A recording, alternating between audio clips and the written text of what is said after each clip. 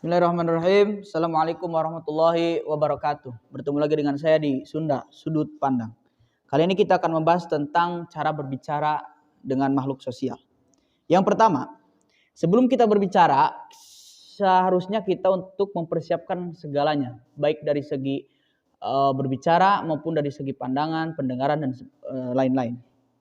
Mengapa?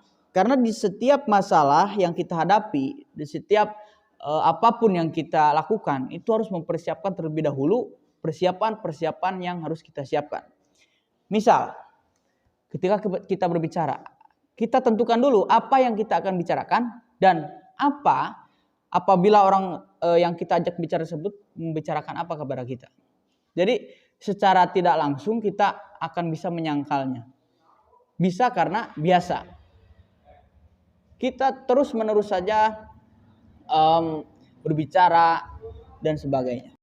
Aturan nomor kedua, kapan saat untuk berbicara dan kapan saat untuk diam. Jadi ada saatnya kita untuk berbicara, ada saatnya kita untuk diam. Tidak terus-menerus berbicara dan tidak terus-menerus diam. Karena apa? Karena kita terlalu banyak berbicara, maka akan menimbulkan kesalahan terhadap diri kita. Dan ketika kita banyak diam, maka akan ada orang banyak yang menyalahkan kepada kita. Kenapa kamu diam di dalam hal kebaikan? Kenapa kamu diam melihat orang lain melakukan keburukan dan sebagainya? Jadi jangan terlalu diam, jangan terlalu banyak bicara. Sewajarnya, netral. Jadi apabila kita disuruh berbicara, ya berbicara. Apabila kita saatnya untuk diam, ya diam. Karena ya meskipun diam itu adalah emas, tapi berbicara juga emas kalau bisa merubah sesuatu yang tadinya A menjadi B, yang tadinya buruk menjadi baik. Yang ketiga, bukan hanya apa yang Anda katakan, melainkan juga cara Anda mengatakannya. Jadi maksudnya, bukan hanya kita untuk mengatakan, bukan hanya perkataan kita yang diperhatikan, tapi juga caranya. Bagaimana kita menyampaikannya, bagaimana kita untuk berbicara kepada orang lain. Apakah kita ramah, apakah kita lembut, apakah kasar, apakah kemana saja berbicaranya, itu tergantung cara kita untuk berbicara. Bukan hanya dilihat dari bagaimana kita berbicara, tapi dilihat juga dari cara kita untuk membicarakan hal tersebut. Yang keempat, dengarkan dan dengarkan lagi. Teknik ini sangat berguna, karena apa? Karena ketika kita banyak mendengarkan, maka banyak ilmu. Ilmu itu didapat dari banyak hal. Yang pertama, dari mata. Yang kedua dari mulut, yang ketiga dari telinga. Ya. Yang kelima ya dari postur tubuh kita. Praktek namanya. Nah, itu sangat berpengaruh sekali di dalam berbicara. Karena apa? Karena kita terlalu banyak mendengarkan, maka kita akan banyak referensi-referensi yang datang dari A, dari B, dari C, D, dan sebagainya. Yang kelima, unggul dalam memberikan tanggapan. Jadi bukan hanya omong kosong yang diucapkan oleh kita, tapi juga keunggulan yang ditanggapi. Tanggapan dari kita itu sangat unggul sekali. Ya. Jadi maksud unggul itu adalah ya lain dari yang lain. Ketika orang lain hanya berpacu di dalam paku-paku saja, maka kita akan beralih kepada palu. Seperti itu. Kita harus berbeda dari orang lain. Kita harus lebih unggul daripada orang lain. Yang keenam, mewaspadai trik-trik dari lawan bicara. Jadi lawan bicara juga mempunyai trik untuk menjatuhkan lawan bicaranya lagi. Jadi kita harus mewaspadai. Jangan terkecoh dengan pembicaraan-pembicaraan yang mengalihkan kepada hal yang lain. Semisal menyudutkan kepada kita. Jadi kita juga harus bisa menyangkal dari sudutan-sudutan tertentu. Anda telah melakukan pembunuhan. Apa buktinya saya melakukan pembunuhan? Apakah Anda pernah melihat saya membunuh? Apakah Anda pernah mendengar, apakah kepala mata Anda sendiri melihat saya membunuh? Seperti itu.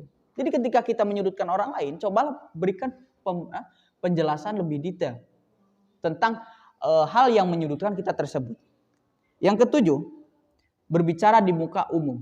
Nah, ini terkadang yang susah dilakukan oleh orang lain adalah berbicara di depan umum.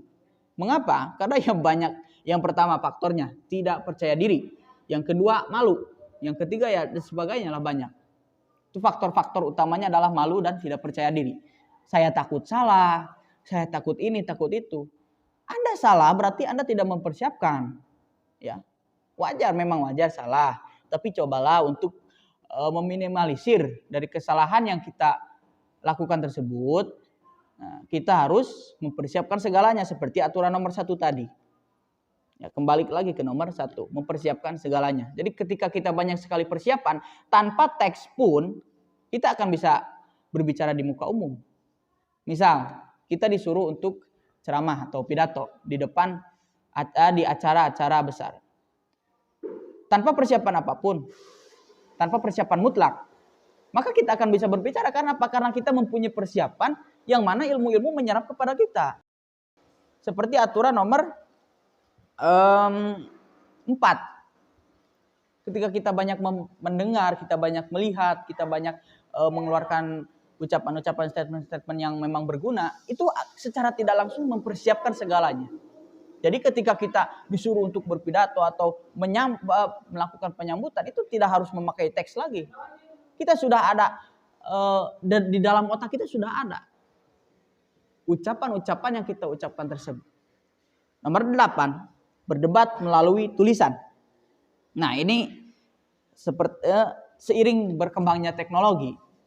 Jadi berbicara itu bisa melalui tulisan. Ya, mengetik, menulis tangan dan sebagainya. Gitu. Jadi seiring berkembangnya teknologi semakin modern. Jadi kita bisa berbicara dimanapun, kapanpun, siapapun, dan apapun. Nah, gitu. Yang terakhir, yang 9, mengatasi kebuntuan. Nah, mengatasi kebuntuan. Caranya, cobalah diam terlebih dahulu, relax. Break terlebih dahulu, istirahat. Coba pikirkan kembali.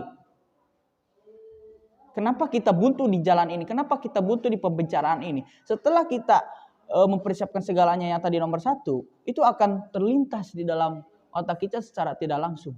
Akan ada. Ya. Akan ada gitu.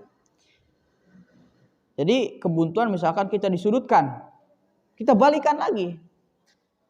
Kita dicemooh dan sebagainya karena terbukti ini dan itu, kita balikan lagi. Begitulah pembicaraan. Aturan nomor 10, memelihara hubungan baik. Nah, berbicara maupun berdebat, itu ada aturan dan ada kebijakannya. Jadi, kita harus memelihara hubungan baik. Meskipun kita berbicara utara, selatan, timur, barat, berbeda pandangan, pro dan kontra, itu tidak menyulitkan kita untuk memelihara hubungan baik, untuk bersilaturahmi. Jadi jangan memutuskan hubungan silaturahmi, meskipun berbeda pandangan, meskipun pro dan kontra. Ya. Jadi itu berbicara pendahuluan sebelum kita memperdalam lebih jelas tentang aturan-aturan dari nomor 1, 10. Terus bagian 2-nya juga ada situasi yang sering menimbulkan pembicaraan dan sebagainya. Nanti kita akan bahas di segmen selanjutnya. Mohon maaf atas segala kesalahan yang saya ucapkan. Wabillahi taufiq wal hidayah. Wassalamualaikum warahmatullahi wabarakatuh.